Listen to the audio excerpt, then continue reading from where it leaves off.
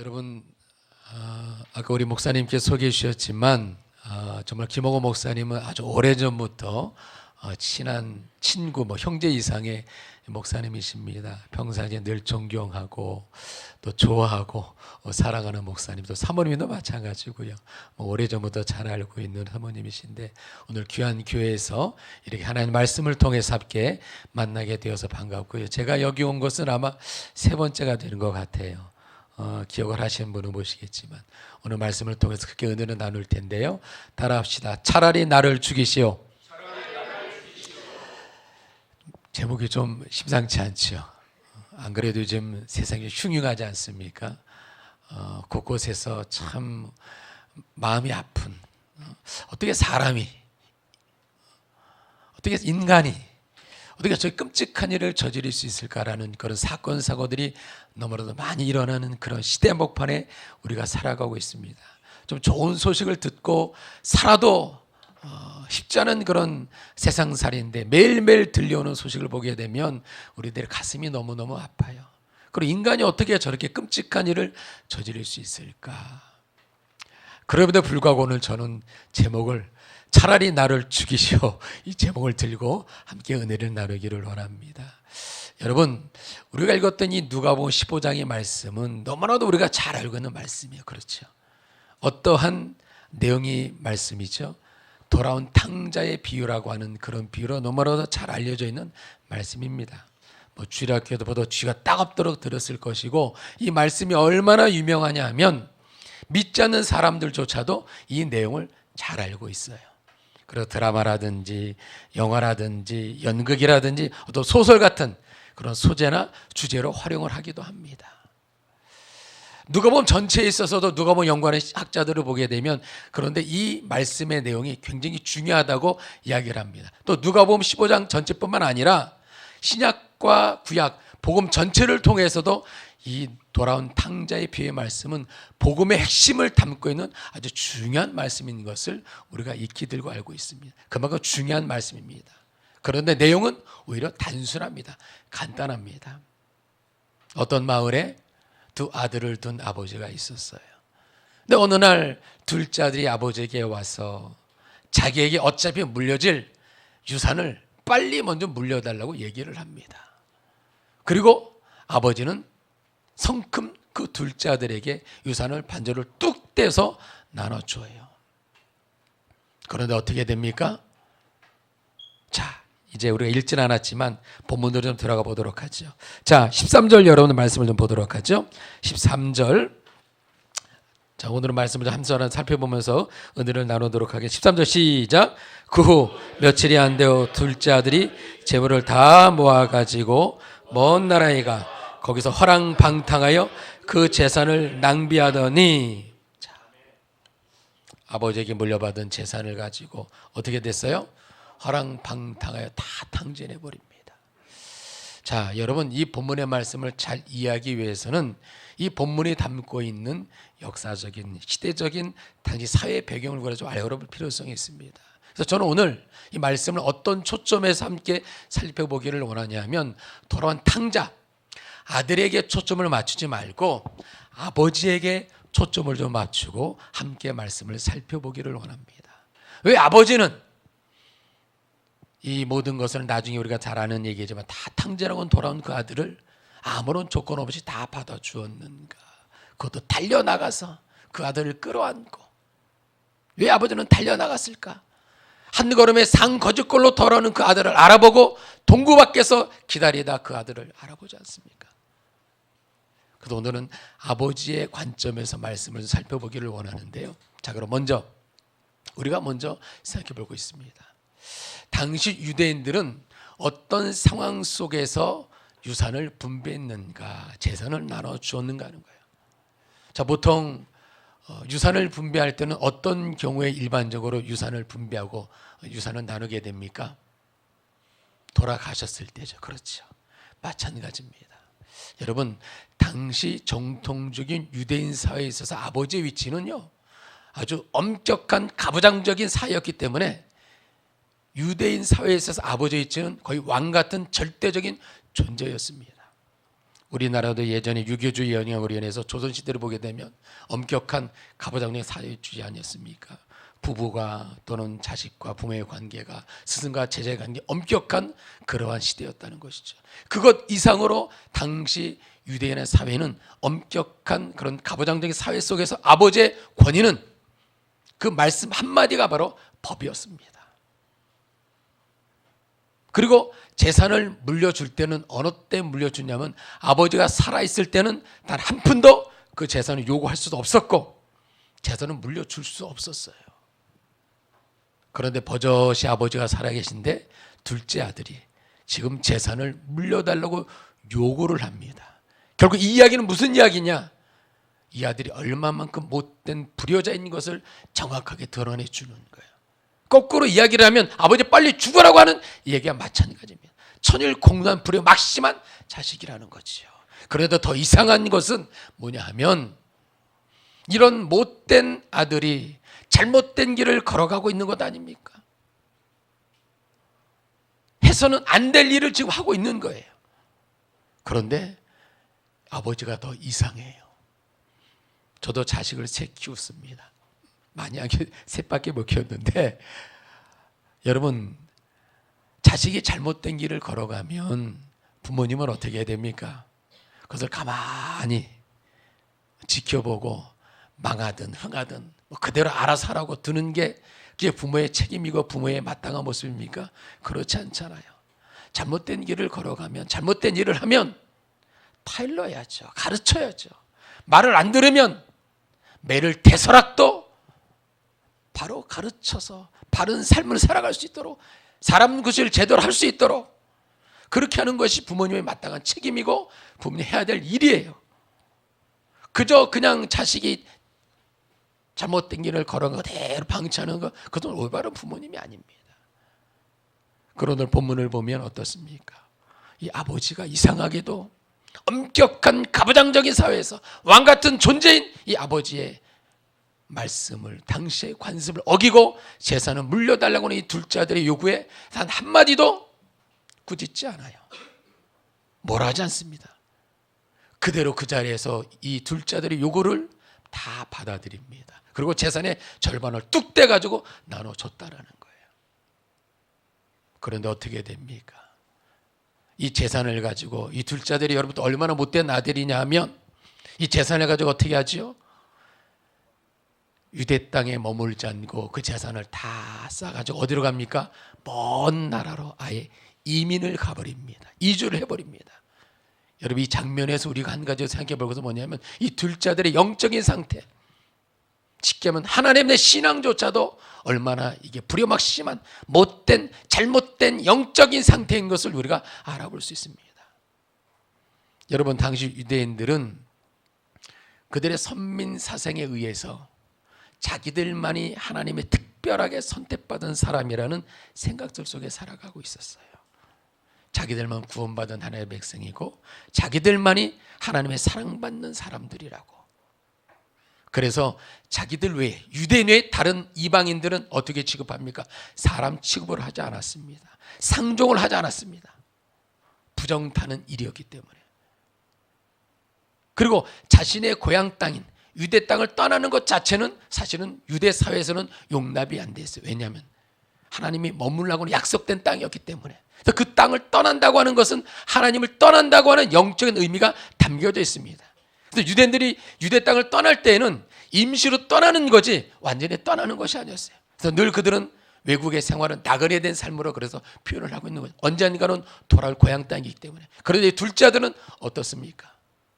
어떻게 했다고요? 오늘 우리가 좀 전에 13절과 12절을 보게 되면 13절 먼 나라 아예 이방 땅에 가서 이민을 가서 보따리를 싸가지고 다시는 안 돌아오겠다는 거예요. 영적으로도 타락한 아들의 모습을 여기서 발견할 수가 있습니다. 자, 그런데 여러분, 우리가 좀 전에 읽었지만 결국 고향 땅을 떠나서 이방 땅에 가서 살았던 그 아들의 삶이 어떻게 됐습니까? 13절을 다시 보면 완전히 화랑방탕하여 다 쫄딱 망해버리죠. 여기서 우리가 먼저 중요한 영적인 교훈 하나를 발견할 수 있습니다. 아버지의 집을 떠난 결과, 아버지의 품을 떠난 결과, 하나님을 떠난 인생의 모습을 여기서 먼저 발견할 수가 있습니다. 여러분, 요즘 이 시대를 살아가는 많은 사람들, 특별히 우리 신앙인들, 목사인 저를 비롯해서 오늘도 수많은 사람들이 하나님의 이름을 부르며 믿음으로 살아가고 있습니다. 주일만 되면 한 11시쯤 되게 되면 전국 곳곳에 수많은 교회, 수많은 성도들이 예배하러 몰려듭니다. 특별히 대형 교회 같은 경우에는요, 그 주변에 주차 공간이 없어서 난리가 나요. 아마 제가 보더라도 우리 한길교회도 주일날 아마 그럴 것 같아요. 어떤 면에서는. 저 온누리교회 같은 경우에는요, 차 댈 공간이 없어가지고 강변로 거기까지 차를 대더라고요. 그 큰 도로까지도. 또 이것 때문에 동네 사람들과 그런 트러블이 일어나는 경우도 굉장히 많이 있습니다. 어쨌든 주일날만 되면 곳곳에서 수많은 사람들이 하나님 앞에 예배를 드리러 거룩한 모습으로, 예쁜 모습으로, 아름다운 모습으로 평소에 입지 않던 옷을 꺼내 입고선 또 치장을 하고선 성경책을 끼고 예배당으로 다 모여듭니다. 그리고 예배 처소에서 하나님을 부르고 찬양을 하고 말씀을 듣고 은혜를 받고, 그 모습만 보게 되면 당장 무슨 일이 일어날 것 같아요. 기적이 일어날 것 같아요. 그런데 진짜 기적은 어떤 기적인지 아십니까? 하나님의 말씀 은혜를 받고 그 말씀에 따라 결심을 하고 고백을 하고 이제 교회 문을 열고 세상으로 모두 나아갑니다. 받은 은혜를 가지고 뛰는 가슴을 갖고. 그런데 막상 월요일이 되게 되면 세상에는 아무런 일이 일어나지 않아요.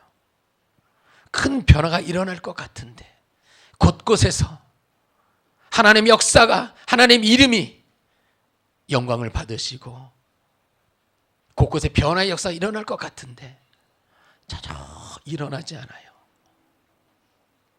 어쩌면 이것이 또 다른 기적인 것 같아요. 제가 무슨 말씀을 드리고 싶은 거냐 하면, 목사인 저로서도 참 부끄럽게 생각합니다. 여러분, 하나님 없이 살 수 있습니까? 단도직입 하나만 여쭤보죠. 하나님 없이 살 수 있으세요? 왜 대답을 안 하세요? 왜? 그러면 거꾸로 돈 없이 살 수 있으세요?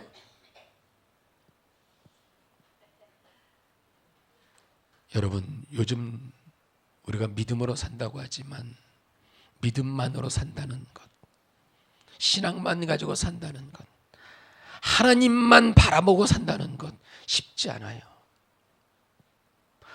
돈 없이는 살 수 없는데 하나님 없이는 살 수 있다는 사람들이 얼마나 많은지. 주일만 되면 그토록 수많은 사람들이 하나님의 교회를 찾고 하나님의 이름을 부르며 가장 거룩한 천사의 모습으로 하나님께 영광을 돌려드리고 말씀을 듣고 그때는 눈물을 흘리고 회개하고 참여하지만 막상 세상 속에 들어가게 되면 하나님 모습을 찾아볼 수 없어요. 여전히 세상 사람들과 똑같은 모습, 아니면 어쩌면 더 악한 모습으로, 더 타락한 모습으로, 더 세속적인 모습으로 살아가는 모습이 너무나 많다는 거예요. 여러분, 하나님 없이 사는 인생, 성공한 인생이 아닌 줄로 믿습니다. 내가 아무리 세상의 권위와 권세와 돈이 많고 부자라고 할지라도 그 중심이 하나님이 없이 사는 인생은 실패한 인생인 줄로 믿습니다. 오늘 둘째 아들의 이 타락한 모습, 망한 모습, 결국 무슨 말씀이냐? 하나님의 품을 떠난 인생은 결국 성공하지 못한다는 것입니다. 망할 수밖에 없다는 것이에요. 그래서 먼저 이 말씀을 붙잡고 여러분과 함께 나누고 싶은 것은, 비록 이 땅에 내가 살아가는 삶의 현장의 모습이 열악하고 힘들고 어렵고 내볼 것이 없는 인생일지는 모르지만, 그런 세상적인 조건들로 인해서 하나님을 부정하거나 하나님을 찾지 않거나 하나님의 믿음이 연약함으로 살아가는 것이 아니라 그럴수록 또 하나님을 찾고 하나님을 돈 없이 살 수 있는 인생이 되시기를 바랍니다. 하나님 없이는 살 수 없는 인생이 되시기를 바랍니다. 그래서 우리 한길교회 성도들은 이제 예배를 다 마치고 여러분의 삶의 자리에 돌아가게 되면 그 있는 자리에서 내일부터 아름다운 하나님의 부흥의 역사가, 영광의 역사가, 생명의 역사가 일어나기를 먼저 주님의 이름으로 축원합니다. 자, 그 다음 말씀을 좀 보도록 하죠. 자, 14절 말씀 시작. 다 없앤 후 그 나라에 크게 흉년이 들어 그가 비로소 궁핍한지라 가서 그 나라 백성 중 한 사람이 붙여 사니 그가 그를 들러 보내어 돼지를 치게 하였는데 그가 돼지 먹는 쥐엄 열매로 배를 채우고자 하되 주는 자가 없는지라. 아멘. 결국 이 둘째 아들이 얼마만큼 비참한 인생으로 전락하냐 하면 더 이상 먹고 살 길이 막막해지니까 이제 어떤 일을 하게 됩니까? 돼지를 치는 종살이를 하게 됩니다. 그리고 얼마나 먹을 것이 막막했으면 그 돼지가 먹는 쥐엄 열매조차도 제대로 얻어먹지 못하는 거지 중에 산 거지. 어쩌면 인간의 모습으로 살아간다고 볼 수 없지요. 처참한 신세로 가장 바닥의 인생으로 살아가서 보게 됩니다. 여러분, 이 모습을 통해서 우리가 발견할 수 있는 것, 여러분, 유대인들에게 있어서 가장 그들의 율법에 의해서 가장 부정한 짐승, 가장 경멸하는 동물이 무슨 동물인지 아십니까? 돼지예요, 돼지. 가장 부정하게 여기는 동물입니다. 우리는 돼지를 경멸합니까? 좋아합니까? 좋아하죠. 어저께 제가 삼겹살을 먹었다는 거 아닙니까? 지글지글 숯불에다가 삼겹살을 구워가지고 여러분들 구우면은요, 어떨 땐 소고기보다도 맛있잖아요. 한국 사람하고 삼겹살, 돼지고기를 좋아하는 사람이 있을까? 돼지 머리부터 꼬리까지 버릴 것 하나도 없어요. 족발은 족발대로, 머리는 머리고기대로, 꼬리는 꼬리대로, 살은 살 부위대로 다, 내장은 내장대로. 또 순댓국밥이 여러분 얼마나 맛있습니까? 근데 유대인들은 돼지를 가장 경멸합니다.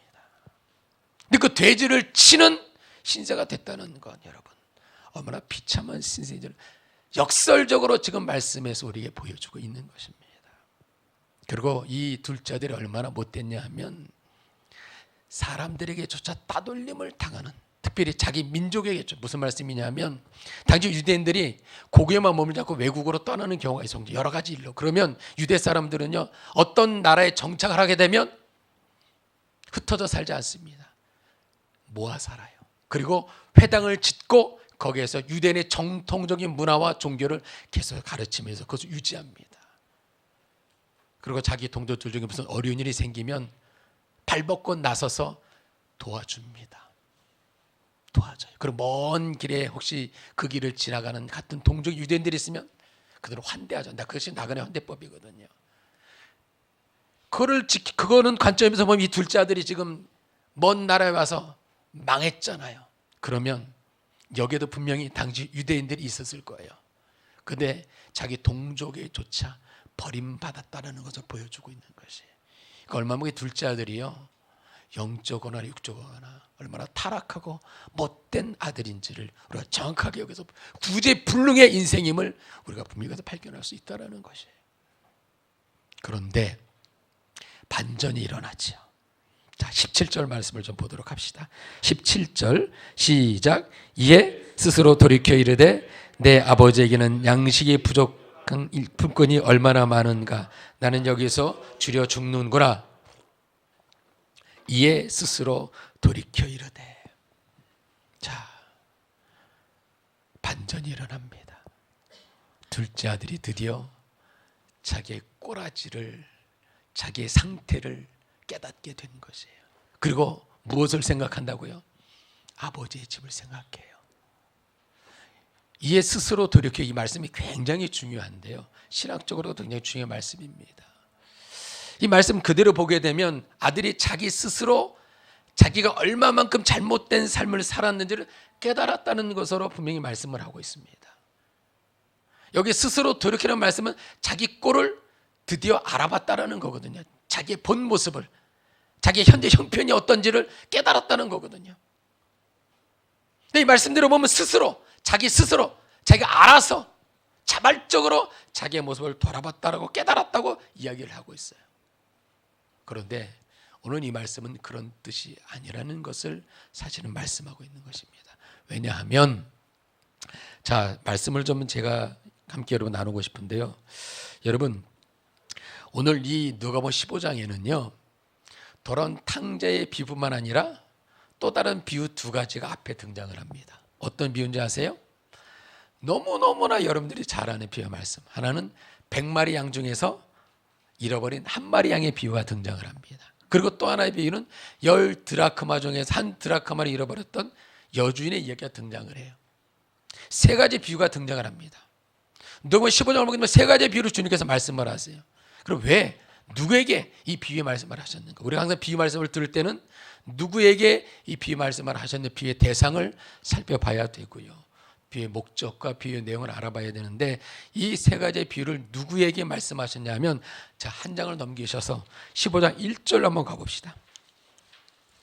15장 1절, 2절, 3절 말씀을 좀 보도록 합시다. 앞장 보시면 다 찾으셨으면 아멘. 시작. 모든 세리와 죄인들이 말씀을 들으러 가까이 나아오니 바리새인과 서기관들이 수군거려 이르되 이 사람이 죄인을 영접하고 음식을 같이 먹는다 하더라. 예수께서 그들에게 이 비유로 이르시되 하시면서 4절부터 길 잃어버린 양의 비유가 등장을 하고 이어서 10 드라크마 중에서 한 드라크마 잃어버린 여주인의 얘기를 등장을 하고 바로 이어서 도런 탕자의 비유가 등장을 해요. 그러면 세 가지 비유인데 이 세 가지 비유는 내용은 다르지만 의미는 같은 의미예요. 왜냐하면 주님이 3절을 보게 되면 예수께서 그들에게 이 비유들로 이르시되 그랬습니까? 비유로 이르시되 그랬습니까? 비유로, 단수거든요.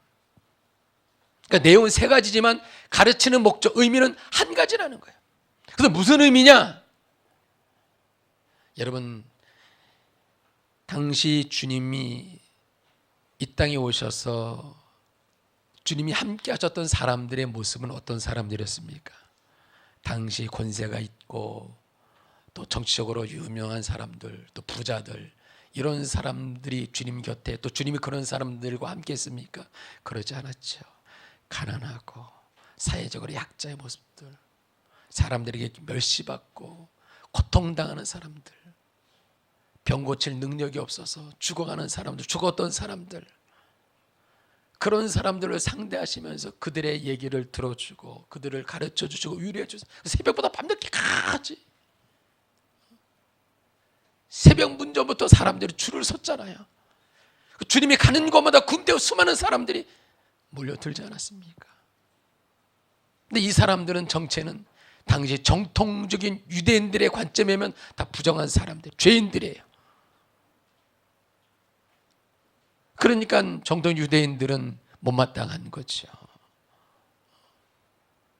그리고 그런 시비를 걸려고 또 주님에 대해서 좀 더 알아보려고 바리새인들이 찾아오게 된 것이죠. 그리고 그 사람들을 보고 주님이 이 비유를 말씀하시는 거예요. 아까도 말씀드렸지만 정통적인 유대인들의 구원과는 어떻다라고요? 무엇에 의해서 그들은 구원을 받는다고 생각했습니까? 하나님 나라에 들어가는 자격이 뭐라고 생각하는 사람들이죠? 율법과 특별히 아브라함의 혈통, 그 피가 부정타지 않는. 그래서 오래전에 어떤 외국과의 전쟁에서 피가 섞였던 사마리아인들은 그들 상종하지 않았잖아요. 반은 사마리아, 반은 사마리아 아니었기 때문에. 정통 유대인들은 아브라함의 혈통에 의해서 그들만이 하나님 나라의 백성이 될 수 있어요. 그 외의 사람들은 다 부정한 사람들을 여기고 그 율법을 잘 지키면 하나님 나라에 자동으로 들어갈 수 있다, 보장된 사람 생각할 수 있다는 거죠. 근데 주님은 그렇지 않다는 거예요. 주님이 죄인을 부르러 오셨고 주님이 그 죄인을 구원하시는 구원의 조건은, 죄인들을 구원하시는, 죄인이 구원받는 단 하나의 조건은 무엇입니까, 여러분?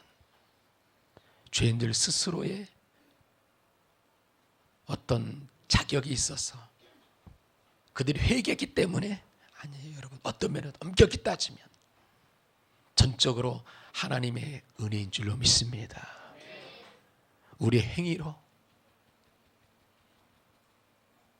우리 어떤 잘남으로, 가지고 있는 어떤 권세나 권력으로, 세상에 살았던 어떤 공력으로, 착한 행실로 구원받는 것이 아니라 그 어떤 누구라도, 대통령보다 저 어린아이까지 하나님의 철저한 은혜가 아니면, 그것도 예수 그리스도의 빌림이 없이는 구원받을 수 없는 줄로 믿습니다.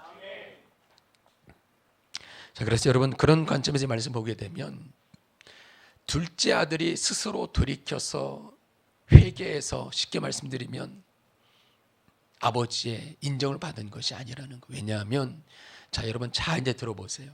여러분들이 잘 아는 말씀의 내용, 비유, 길 잃어버린 한 마리 양의 비유라고 생각해 보세요.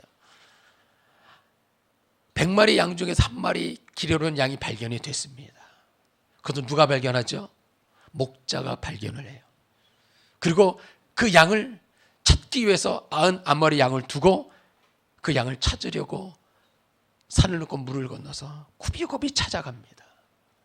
여러분, 양이라는 동물은 똑똑한 동물이 아닙니다. 눈이 밝은 동물이 아니에요. 코가 발달된 동물이 아닙니다. 눈도 어둡고요, 느려요. 귀도 어둡습니다. 스스로 자기가 살아갈 수 있는 자생력이 굉장히 약한 동물이에요. 그래서 늘 양은 누가 지켜줍니까? 목자가 지켜줘야 돼요. 푸른 조정 실만한 묵가를 그들이 만나기 위해서는 그저 목자만 찾아가야 돼요. 그래서 성경에서 그래서 우리를 양으로 비유하잖아요. 하나님 없이는 살 수 없는 인생으로. 길이 여러분, 한 마리 양이 다시 집으로 돌아올 수 있었던 유일한 비결은 뭐죠? 목자가 찾아 나섰기 때문이에요.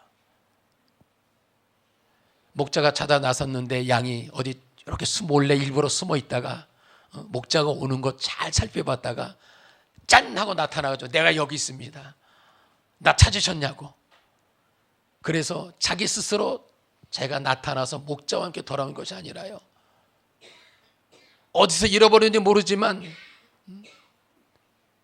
그 위험한 저 산골짜기에서 죽음의 공포 속에 벌벌벌 떨고 있을 때, 이제 죽었구나, 내 인생 끝났구나, 그 순간에 목자가 그를 발견하고 그를 찾아온 것이에요. 그래서 살아온 것이지 양 스스로, 자기 스스로 돌이켜서 돌아온 것이 아닙니다. 10드라크마 중에서 한 드라크마도 마찬가지예요. 여러분, 당시 한 드라크마의 그 가치는 굉장히 작은 가치입니다. 동전 한 입 정도밖에 안 돼요. 그런데 이 여주인이 그 동전 한 입을 찾으려고 어떻게 합니까? 여러분, 조금 한번 말씀을 좀 보도록 하죠. 몇 절을 보시냐면 8절 보세요. 8절 보세요. 어떤 여자가 10드라크마가 있는데 하나를 잃으면 등불을 켜고 집을 쓸며 찾아내기까지 부지런히 찾지 아니하겠느냐. 여러분, 그 동전함이 찾으려고 온 집안을 발칵 다 뒤집는 거예요.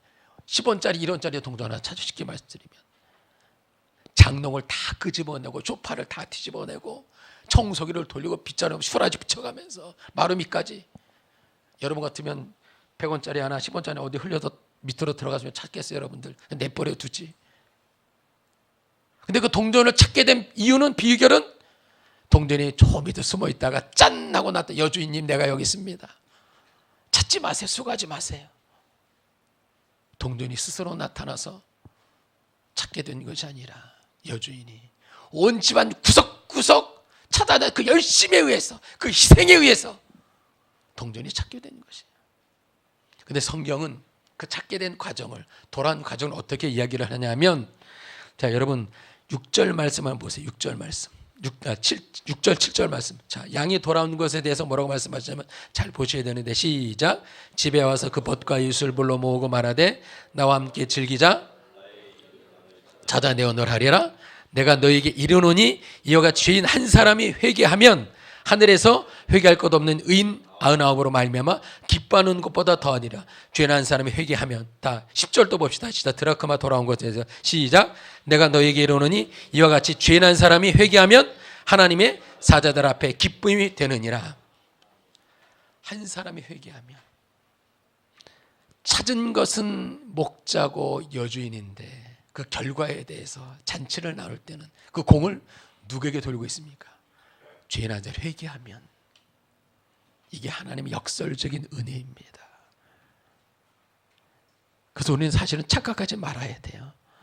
여러분들과 제가 하나님의 구원받은 백성으로 살아갈 수 있다라고 하는 것, 여러분들 기도 많이 했기 때문에, 교회 오래 다녔기 때문에, 우리 엄마 아빠가, 우리 집사람이, 우리 남편이, 우리 목사님이, 우리 전도사님이 나를 위해서 기도하셨기 때문에 아니에요. 여러분들 철저히 하나님의 은혜인 줄로 믿습니다. 하나님의 은혜예요. 아까 서두에도 말씀드렸지만 요즘에 사는 거 보게 되면, 사람들 일어나는 사건 보면 얼마나 끔찍합니까? 대표적인 사건들이 있었잖아요. 남편을 토막토막 내가지고 죽인 그 한 여인의 모습. 그래놓고선 지금도 버젓이 잘못하지 않았다고, 자기는 그렇게 잘못하지 않았다고. 여러분 생각해 보세요. 산 사람을 어떻게 그렇게. 또 모텔에서 손님 한 분이 찾아왔는데 좀 못된 손님인 것 같았어요. 4만 원 모텔비 내지 않는다고 해가지고 자기한테 또 욕했다 그래가지고 그 손님 방에 쫓아가가지고 몸뚱이만 내려고 다 토막 내고서 한강에 버려버리지 않았습니까? 근데 그 사람 여러분 잡힌 다음에 인터뷰하는 거 보세요. 여러분들 차수하고 인터뷰하는 거 보세요. 그 인간 다음 생에 만나면 또 똑같이 만나 똑같이 또 죽일 거라고. 자기는 흉악범이고 그 사람은 양아치일 뿐이라고. 흉악범이 양아치 죽인 거라고. 인면수심이죠 여러분. 그만큼 이 시대의 사람들의 마음이 완악해져 있습니다. 죄로 물들어져 있어요. 그런 기사와 그런 사건들을 대하면서 여러분들의 마음은 어떻습니까? 나는 어떨까?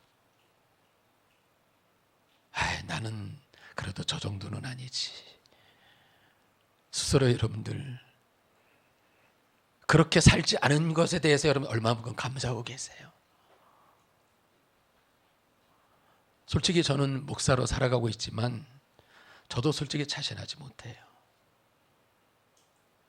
남편을 죽였던 그 여인, 모텔에 그 손님을 죽였던 그 사람과 사실 우리가 본질적으로 어떤 면 다른 날 여러분들 똑같습니다. 어떤 면에서 똑같아요.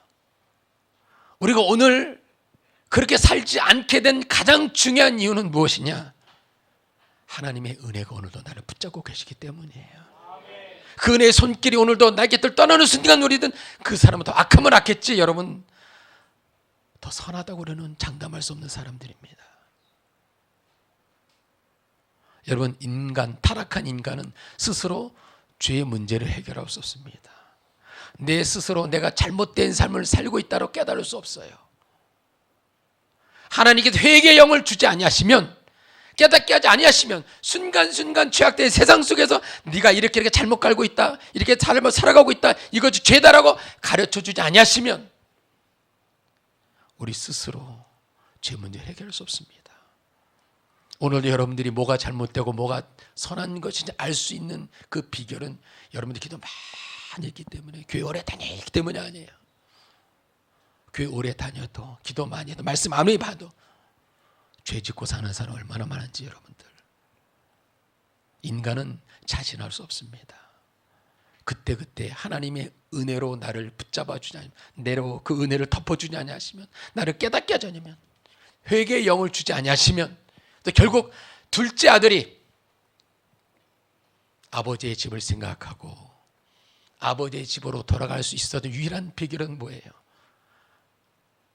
길으로 한 마리 양이 돌아왔듯이, 잃어버렸던 한 드라크마가 돌아왔듯이 결국 누구에 의해서?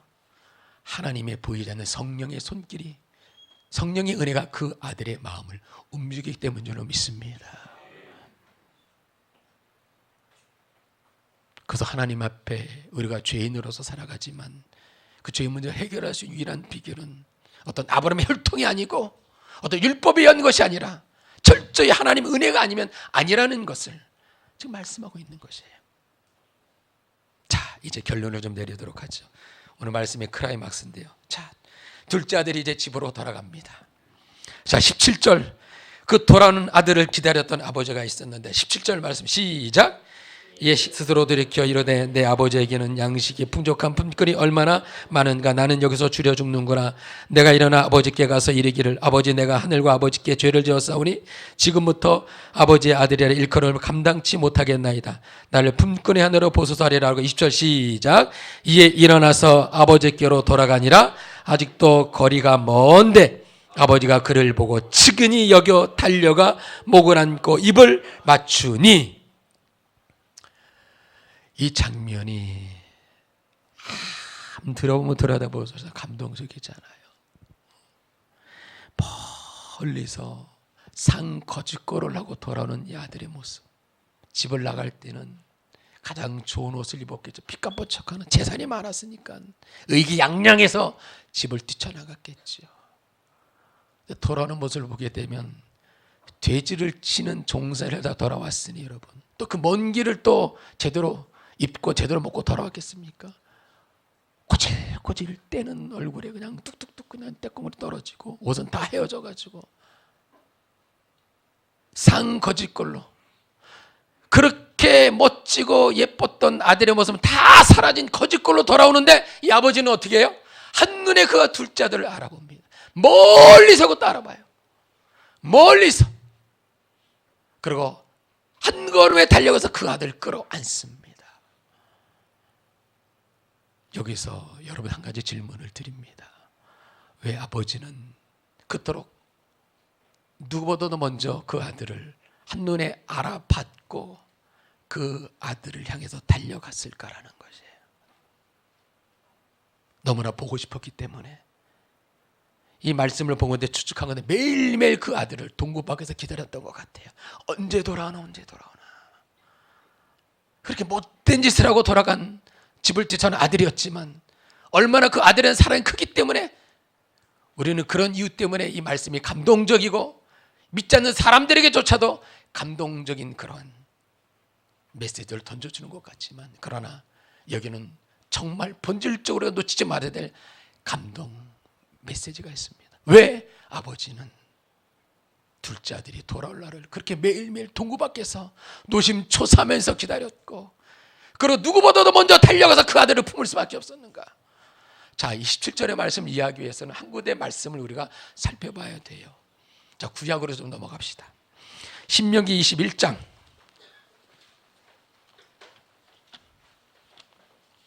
18절.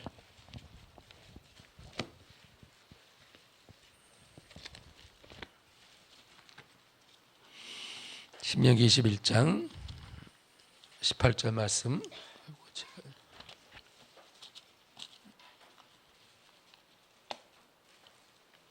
다 찾으면 아멘.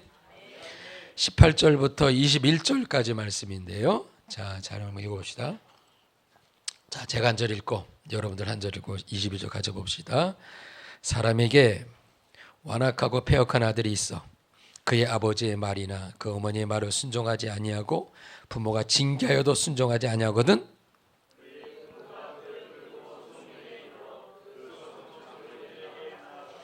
그 성읍 장로들에게 말하기를 우리의 이 자식은 완악하고 패역하여 우리의 말을 듣지 아니하고 방탕하며 술에 잠긴 자라 하면 그 성읍의 모든 사람이 그를 돌로 쳐 죽일지니 이같이 내가 너희 중에서 악을 제하라.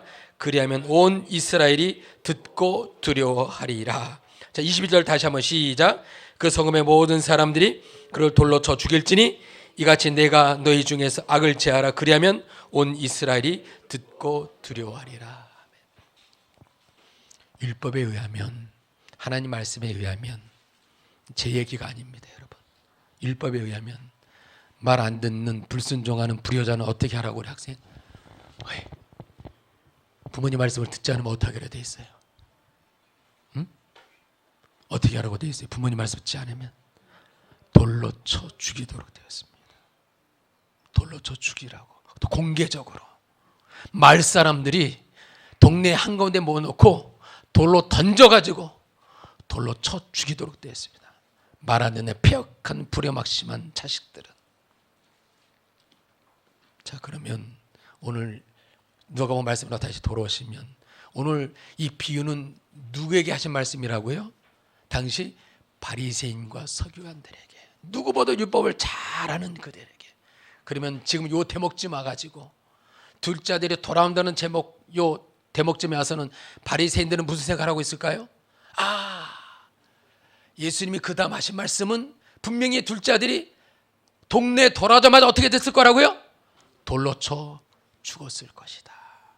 이미 둘째 아들은 사람들은 소문이 날 대로 났을까 안 났을까요? 났지요. 아까도 말씀드렸지만 살아생전에 아버지가 재산을 요구했던 거 시작해가지고 집을 떠나서 아예 보따리 싸러 나갔다는 얼마나 폐역하고 못된 아들인지를. 그래서 이 둘째 아들 돌아오면 가장 먼저 당할 일은 동네 사람들에게 돌로 쳐 죽임을 당하는 것이었습니다. 아버지는 그것을 알고 있었다는 거예요. 그래서 누구보다도 먼저 이 둘째 아들이 돌아오는 것을 동구 밖에서 매일매일 기다리면서 그 아들이 돌아오면 그 아들을 살리기 위해서 반갑고 보고 싶어서 달려간 것이 아니라 돌로 쳐 맞아 죽기 전에 본인이 먼저 달려가서 그 아들을 끌어안고 동네 사람들에게 돌을 들고 쳐나오는 동네 사람들에게 차라리 나를 죽이시오, 차라리 나를 죽이시오, 나를 죽이시고 내 아들을 살려달라고 그렇게 하는 것입니다. 그래서 그 아들이 살아난 것이에요. 그래서 그 다음 말씀들을 보세요. 내 아들은 죽었다가 다시 살아났다 그랬잖아요. 여러분, 우리가 그런 사람들이잖아요. 그렇게 저 여러분들이 살아난 사람들 아니에요. 그렇게 하나님이 죽으셨잖아요. 그렇게 하나님이 죽으셨잖아요. 십자가에서 나를 살리기 위해서 정말 죽으셨잖아요. 차라리 나를 죽으시오 말로만 하신 것이 아니라 정말 당신의 가장 사랑하는 독생아리 아들을 친히 쳐 죽이셨잖아요. 여러분, 저도 자식을 세 키웠지만 저는 이 말씀 묵상하면서 문득 그런 생각이 들더라고요. 내 자식 잘 되게 하기 위해서는 다른 자식 희생하는 것 아무렇지도 않게 여기는 것이 부모의 마음이 들었다면, 이기적으로 다른 자식이 내 자식 성공하는 길에 어떤 걸림돌이 되면 그 자식을 여러분들 가만둬요? 내 자식을 살리기 위해서라면. 근데 우리 하나님 어떻게 하셨습니까? 당신의 독생하신 외아들을 우리를 위해서 죽이셨잖아요. 그렇게 하셨더라고요. 우리를 구원하시기 위해서. 그러니까 여러분, 하나님 우리를 구원하셨다고 하는 것은, 우리를 위해서 친히 십자가에 달려 그 아들을 죽이셨다는 것은 쉽게 오래 생각할 얘기가 아니더라고요. 이 본문을 봐서도 마찬가지고.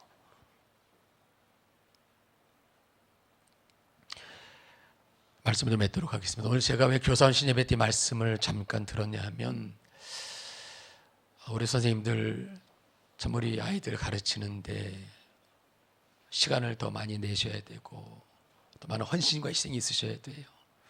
그리고 또 교사원 신예배를 통해서 어떤 공과공부로 되게 잘 가르칠까, 어떤 방법론에 대해서 여러분들에게 말씀을 전해주는 것은 좋겠지만, 저는 오늘 말씀을 통해 다시 한번 우리가 어떤 마음으로 아이들을 대하는 것이 하나님께서 우리가 맡겨진 그 영혼을 잘 가르치고 잘 양육하는 것인가. 여러분, 그래서 기독교 교육은요, 어떤 면 가르치는 교육이 아니라 양육입니다.